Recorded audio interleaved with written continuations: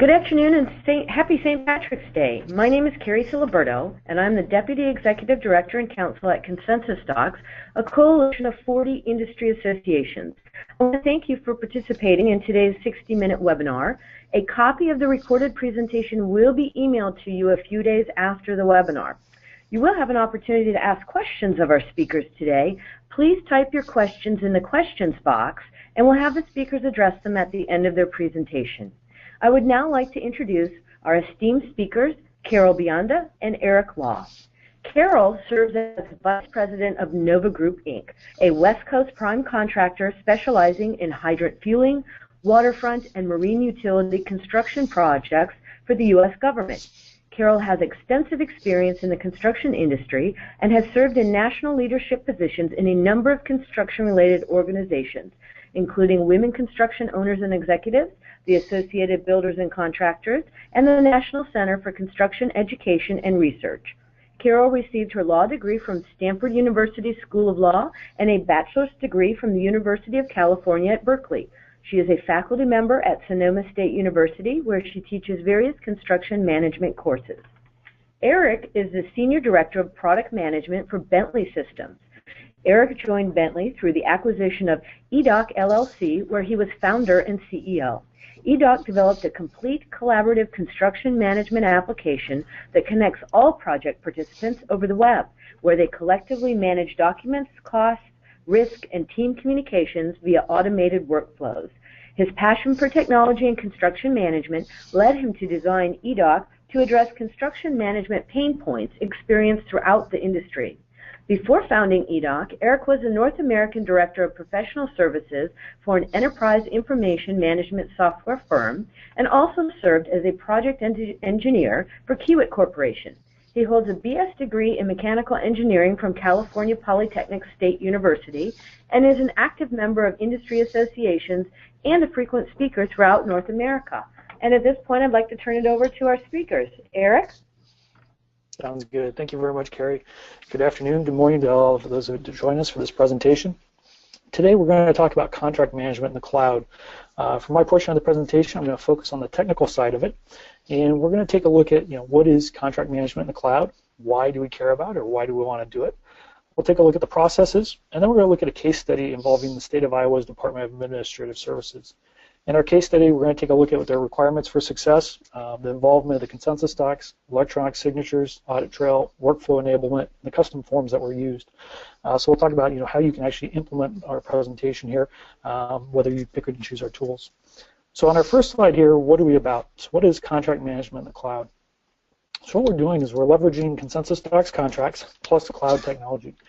For this presentation, we're going to focus on the EADOC application, the one that's used by the state of Iowa, and how they're doing workflow and the forms in the application, combining it with ConsensusDocs. Obviously, there's multiple players out in the market that are delivering the documents and the forms for contract management, but for this one, we're going to focus on the ConsensusDocs that were used by the state.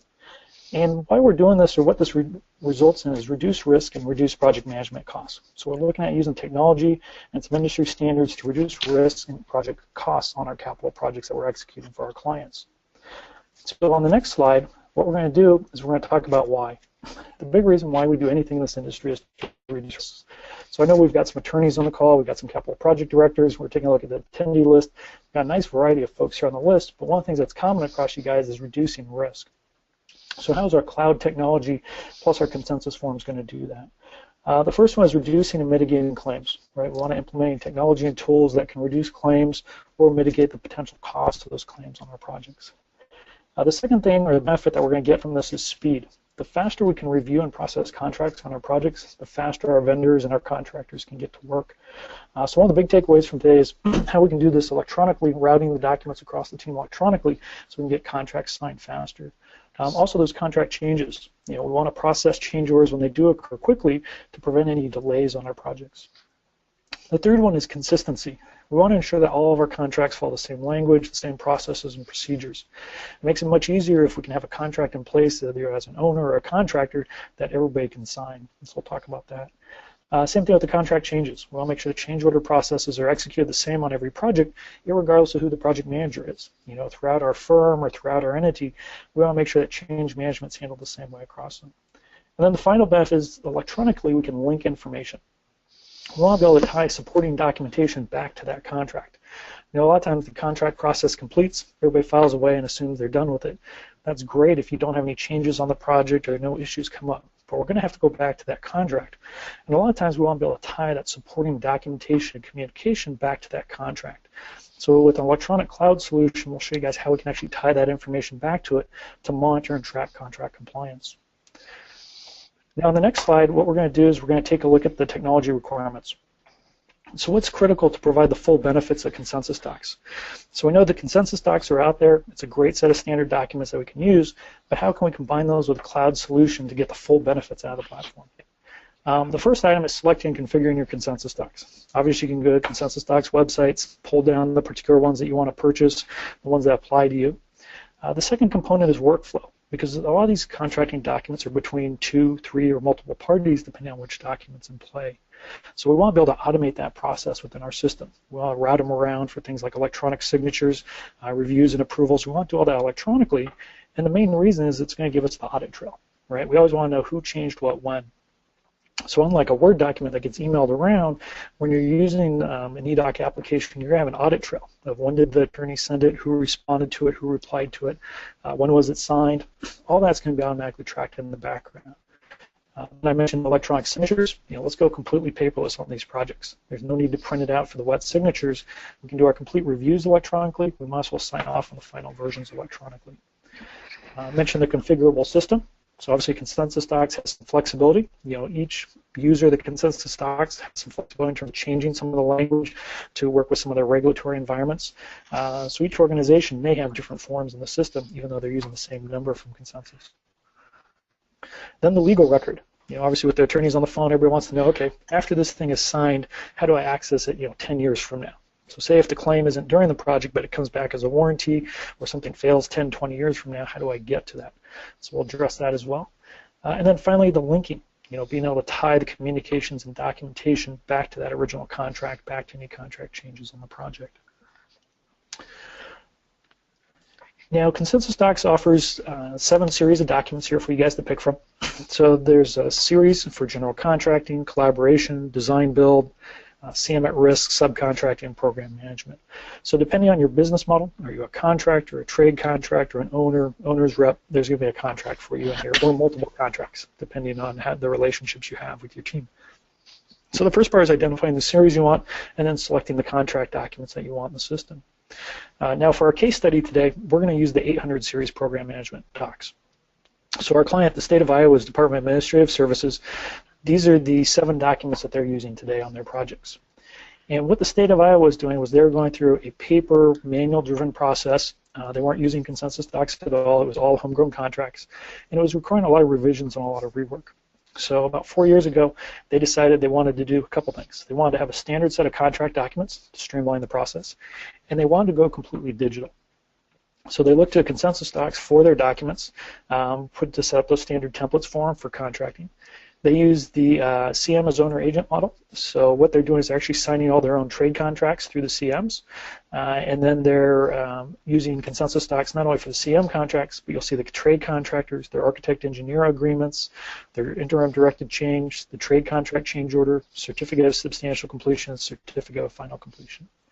And so combining the ConsensusDocs with their EADOC project management application, they're able to go completely digital on their contracting process, the change order process, and then also the certificates of substantial and final completion.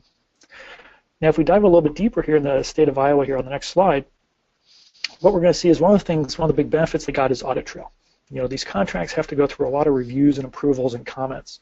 And so on this list, and this is actually just a piece of it, I'll actually scroll much farther down if we can get PowerPoint to work for us. It's a very long, detailed audit trail. There's a lot of reviews, a lot of comments that go back and forth here in the system on a contract that's going for review. And so they wanted to know who did what when, so they could report on it, so they could set up alerts. And this is where your cloud solution, the EADOC tool in this case, came into play for these guys. Is knowing where every step in that process, that contract is. So they streamlined with the forms, and then they automated with the project management application here. And this is a cloud solution that they're using.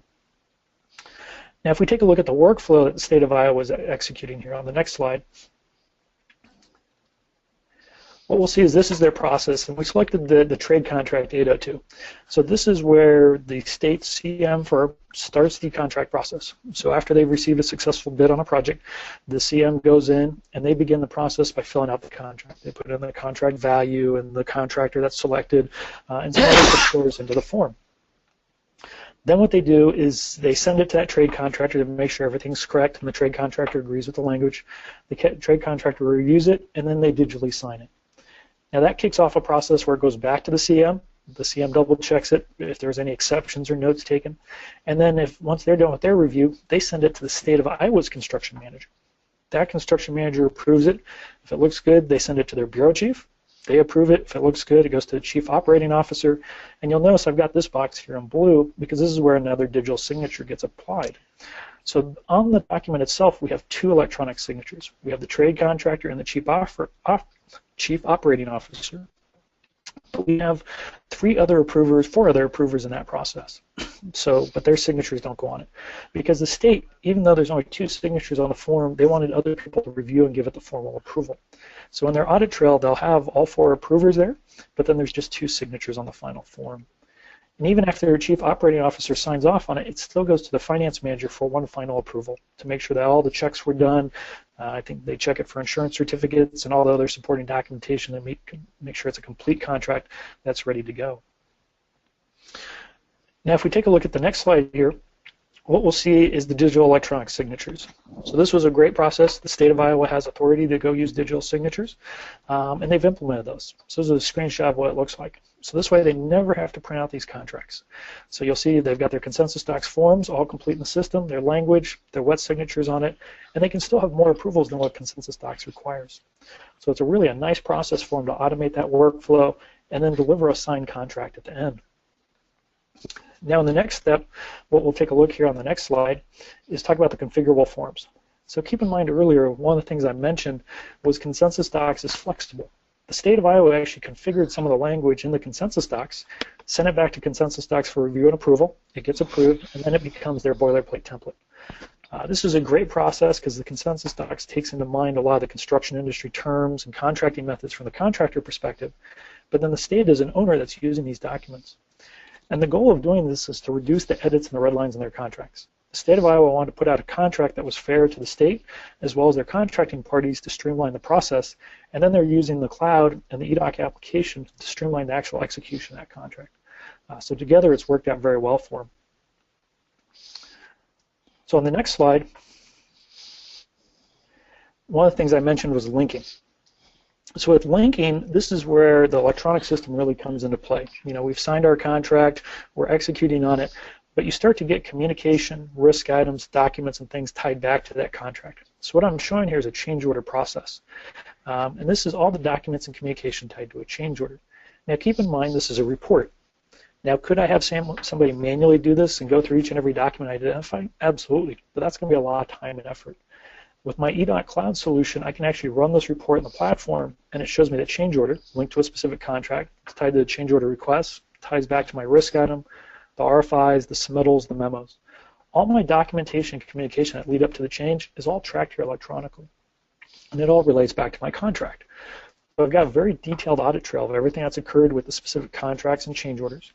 I've got the relationships here, and so I've got a very powerful tool in evaluating, hey, if my contractor or my CM's processing a claim is a legitimate one, what's all the documentation, communication, how can I bring the team up to speed quickly, and then, you know, should we settle this or should we defend against it?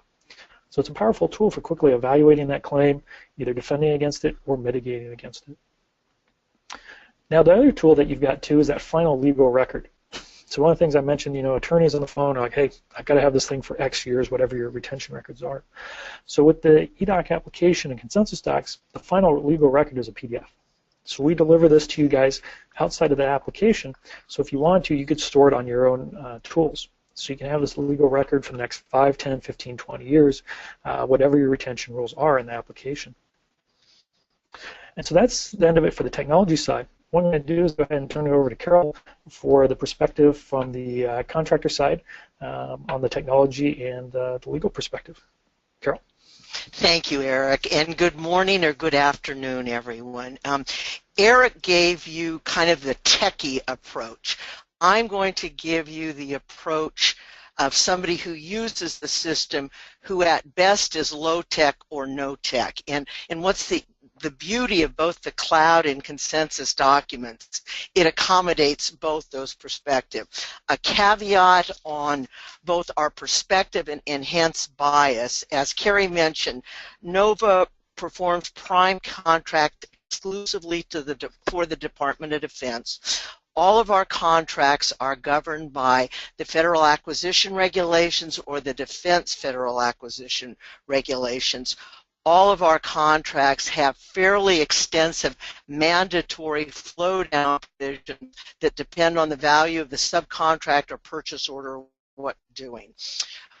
NOVA self-performs 60 to 70% of our work, so in a sense we're more like a specialty contractor, which also means we purchase a great deal off-the-shelf and non-off-the-shelf items. We work for the DoD, but on bases throughout the world.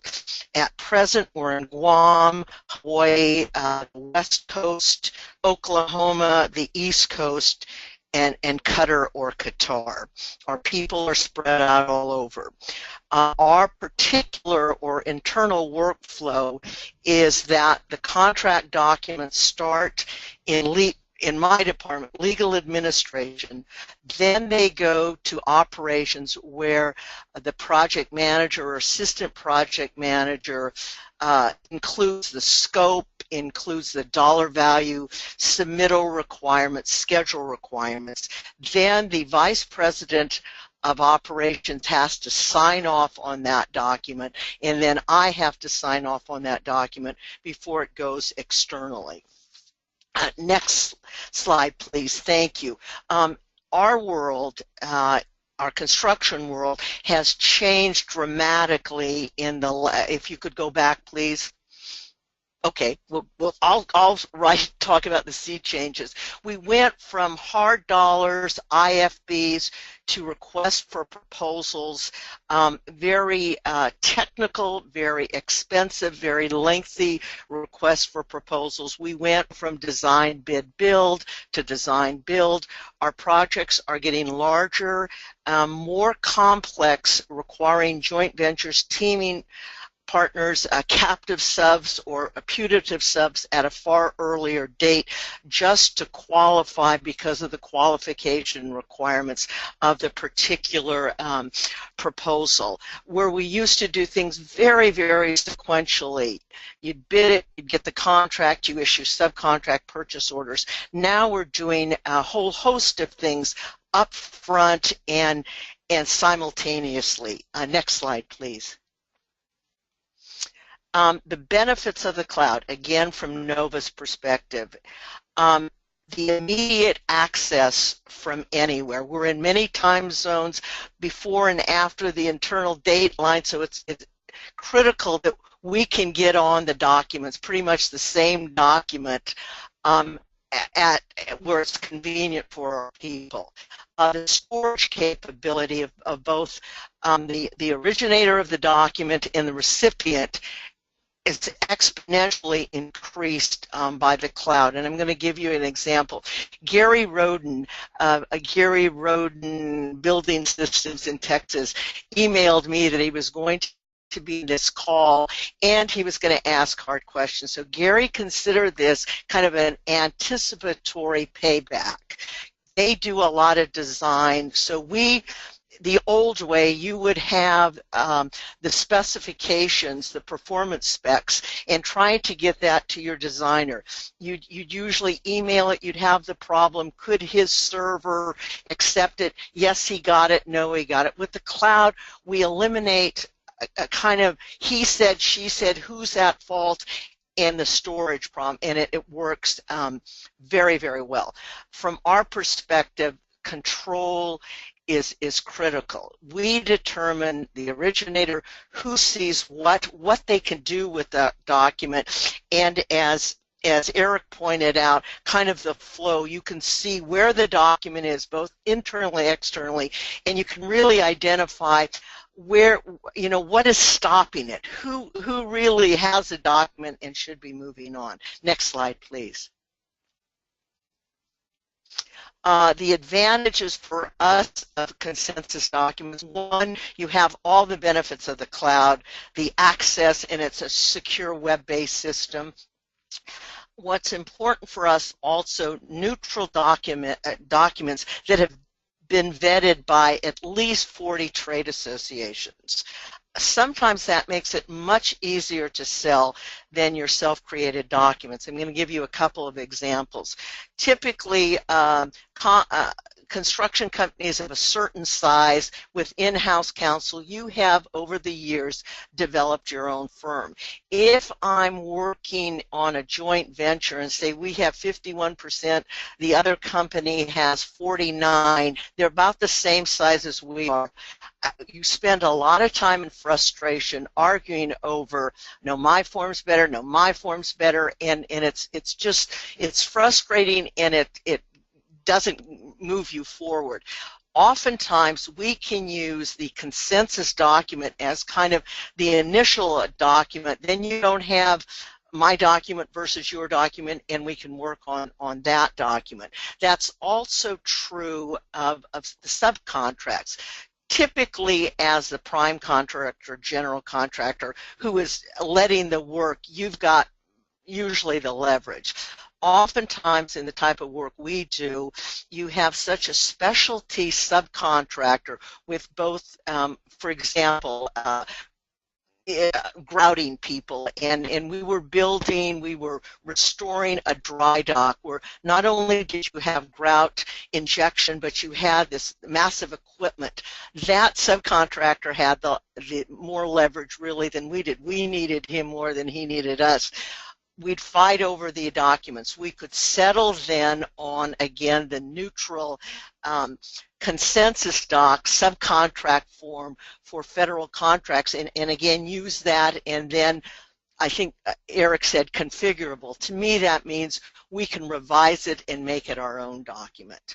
Another advantage of consensus documents, they're word-based. Most of us are familiar with MS Word, both the techies obviously, but also the people like me who deal more in just regular Word documents. They're very easy to edit, and with this configurable nature, you can create, using them as a base, your own favorites. So in a sense, you're creating your own format or template documents. Very easy for collaboration. The good news is that once we are with consensus docs and subscribers, those that we invite to participate with us, and often they're smaller subcontractors, the process is free to them, and that's very important. Again, the originator maintains control of those documents. They're very easy to revise, and it's very easy to follow the changes, who does what, when, and to us that's very critical. Next slide, please. Very easy to use. We talked about that. Very, very user-friendly. So again, you don't have to, it's great if you are the Erics of the world, but a lot of us aren't, and it's still easy to use. Eric went over the kind of the panoply of sets of documents that consensus docs have. They address all the key issues. They're updated regularly on a regular cycle, but in addition to the regular cycle, if there's a change in the industry trends of what we're doing, those documents are almost changed, not immediately, but very, very soon after. An example, most of us were requiring certs of insurance on the Accord forms. Our contract said that this is what we wanted into them, but the Accord form had now changed. So now, once consensus doc, the committees became aware of that, they addressed that change, so there's meshing between what you're asking for and what you're getting. The subscribers to it receive all the updates at no additional cost. For those of us or myself with in-house counsel, you tend to be aware of the changes. If you're creating your own documents, you're not always aware of what's changes. This almost is a primer that advises you of the updates and again, at no additional cost. I find them particularly useful to the small or medium-sized contractors who don't have in-house counsel, that would have to go to out counsel for the documents. Great thing, but when you're changing it regularly, that can be relatively expensive. Again, the updates are at no additional cost. The consensus docs are somewhat tutorial in nature. Often it's a check a box, and when it will tell you why you would check this, why you wouldn't, and it comes with a guidebook, a free guidebook that really walks you through the process, but also is a good explanation. Again, for our company and many companies, the fact that the consensus docs includes a long form as well as a short form of the standard documents is really important. That's especially important to my operations people. If you've got a subcontractor with, say, a $20,000 subcontract, it's often hard to sell to that contractor the idea of a 27 to 35-page subcontract. It's much easier to sell the short form, which again covers all the basics. Next slide, please. We use the consensus docs for a full panoply of things. The teaming agreements, as I said before, now we're required to submit the teaming agreements with our proposal. Again, very, very easy to edit, to revise. The joint venture agreements, which include both the line item, you do A, I do B, or the integrated, where the joint venture itself performs all the work, hires all the people, and issues all the subcontracts. Consensus docs have subcontracts for federal contracts governed by FAR and DFAR. To my knowledge, this is one of the first and maybe the only kind ideal for us. And it includes in an exhibit form the mandatory flow down provisions, and it's really a primer for both you and your subcontractor. There are also agreements between the constructor and the testing laboratory. Often our standard subcontract forms really aren't geared to what testing laboratories do. This is a much shorter form, covers all the bases, and the testing laboratories like it. Similarly, for the geotech consultant, they don't consider themselves a trade subcontractor. They're not. This agreement really covers what they do.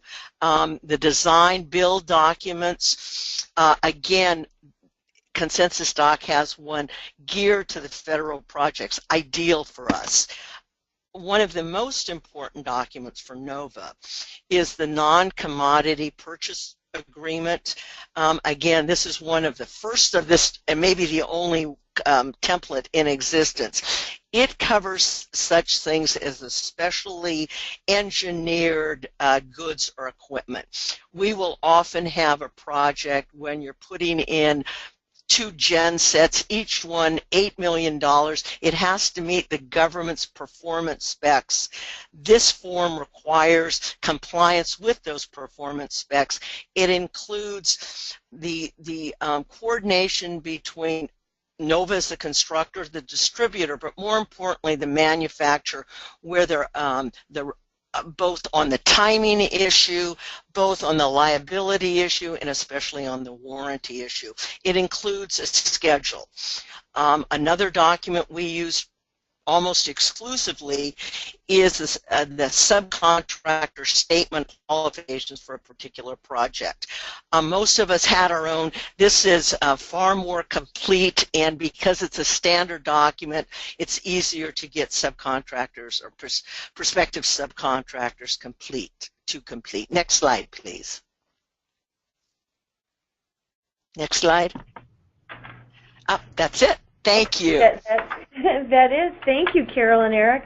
Now we have some time for questions. We have a few in our questions box here that I'll read off and let our speakers answer. But if you folks listening on the line have questions, please feel free to type them in and we'll get to them. The first one is, where are the bid docs? Is there another cloud for technical data? Okay, I'll go ahead and take that one, Carrie. Your bid docs, it depends on where you want to put them. It could be in a separate system, or it could be in the EADOC application as supporting documentation tied to your contract. You can do it either way. It's completely up to you guys. I've seen it done multiple ways where people have a separate bid management system, and then they link the bid management documents to the contract documents that are in the EADOC application, for example, or I've seen it where they attach them as supporting documentation or references for those contract documents. And from Nova's perspective, we kind of separate those from the project management side. We do put them in the cloud so prospective bidders can certainly, for our sense, subcontractors and suppliers have easy and quick access to them. Excellent. We have another question that I can actually handle here. Someone was asking, is it possible to view a sample of ConsensusDocs before purchasing a subscription? Yes, you can. If you go on the website, www.consensusdocs.org, you can register an account and you can view up to 5 full samples via the automated system there. If you, for some reason, need an additional sample, you should contact our customer support team. But we do have a new automated process where a registration will allow you to view sample documents. Also want to mention we've had some questions about whether or not folks will receive a copy of the PowerPoint and audio recording. Yes, all registrants will receive a copy of both the audio recording as well as a copy of the PowerPoint. We will also be posting this on our website. Now, it might take us a few days to get that to you, but that will be coming. Carrie, excuse me. Yes. If I could just, from a user's perspective, I have found that ConsensusDoc, that the whole process is will address your questions, and if you want to see more than 5, you want to see 7 or something, or a particular one, I've had no problem of having ConsensusDoc kind of fit our needs. That's wonderful. Thank you, Carol. I'm glad to hear that. So another question we have is, what if the cloud crashes or is hacked? Don't I still need backup or hard copies in traditional storage files? So there's, yeah, so everybody's got to ask the security question, right? So in selecting your cloud solution provider, you should be digging into that. Those are great questions when you're interviewing your provider. So for us on the EADOC side, everything's in triplicate. You can blow up a data center and all your data is safe and secure in another one. And we have SLAs that guarantee uptime and availability and all of that. Obviously, if you're looking for more of something really catastrophic, we lose all the data centers, then you should have a copy of the final one. And that's what the point I made at the end there, that PDF. That gives you a great long-term data retention. And you've got 2 options. You can either store it on a flash drive in your office, put it on your laptop, which are both more likely to disappear than a cloud service, or put it in another provider. Say for example you want a Dropbox account, right? So if you're using EADOC to process it and workflow it, and then it finishes, and then you put it in Dropbox, the odds of losing both of those cloud solutions at the same time are pretty close to none. I mean, you'd have to wipe out North America pretty much, and at that point, there's no point in having the contract, or wherever you are in the globe. But those are definitely good questions for your cloud provider. And those are very real questions. On the hacker, if the world sees my subcontracts, I don't particularly care. Mostly on our joint venture agreement, we do have confidentiality. I care a little more on that.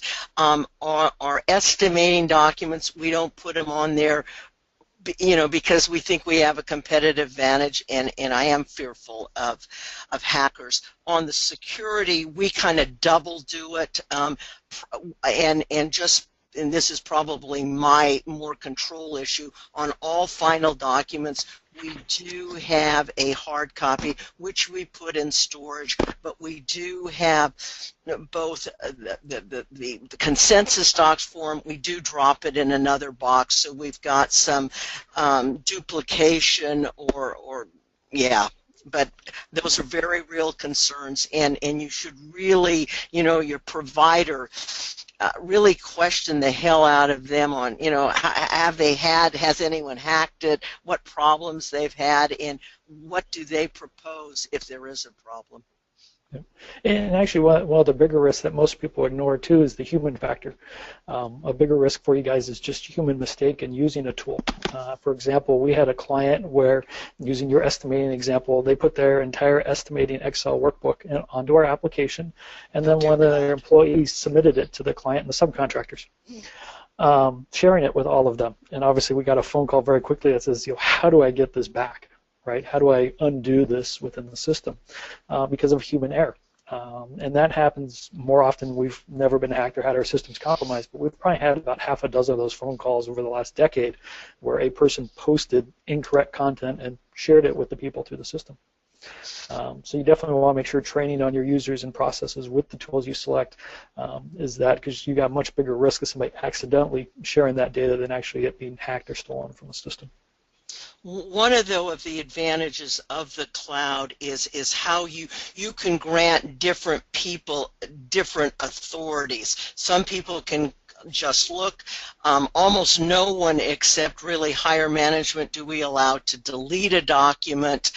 Some can revise one document but not others, and you establish your own protocol on who can see what, who can do what, and when. Wonderful. Another question we have is, can this be linked, I'm assuming you're talking about the EADOC, can it be linked to ERP systems, for example, SAP, Oracle, or PSoft? Yeah, so you can always link a record in the EADOC application to another application that has a web object or a web interface. So if you're using the modern versions of any of those ERP-type systems, you can always create URL relationships to them. That's probably the simplest touch point between the tool where you have a contract, say in Oracle, and you have a contract in EADOC, and you want to create a relationship to them. Obviously, one of them's got the ERP contractual details, and the other one's probably the consensus doc on the EADOC side that ran through its workflow. So you can definitely do that through a URL type relationship. Okay, next question is, how does EADOC allow for changes during the bid period, for example, addendum amendments, or construction, for example, change orders?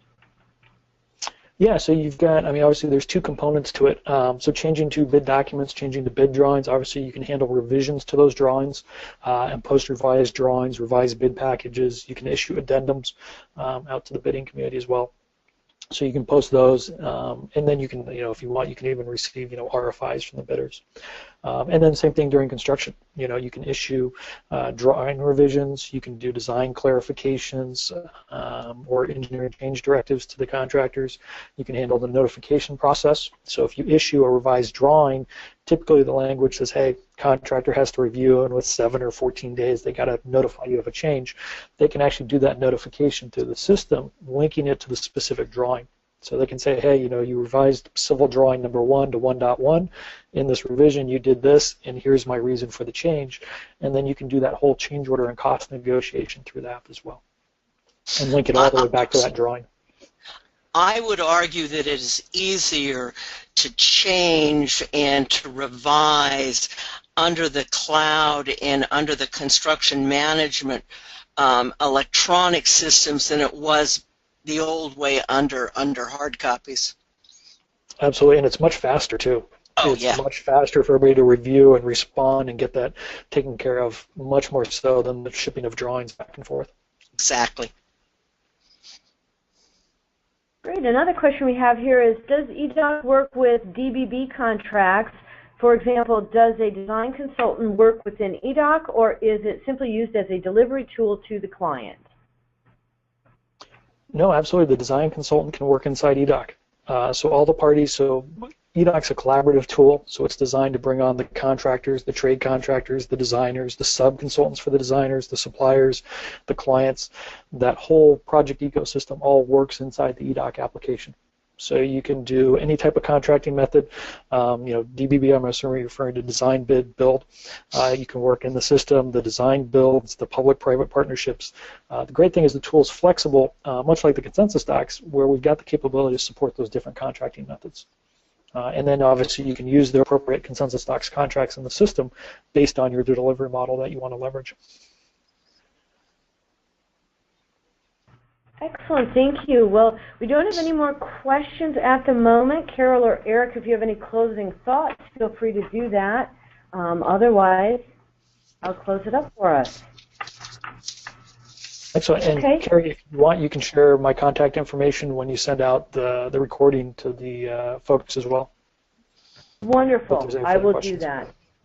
And my closing comments is the collaborative system, the cloud system, the ConsensusDocs system really works.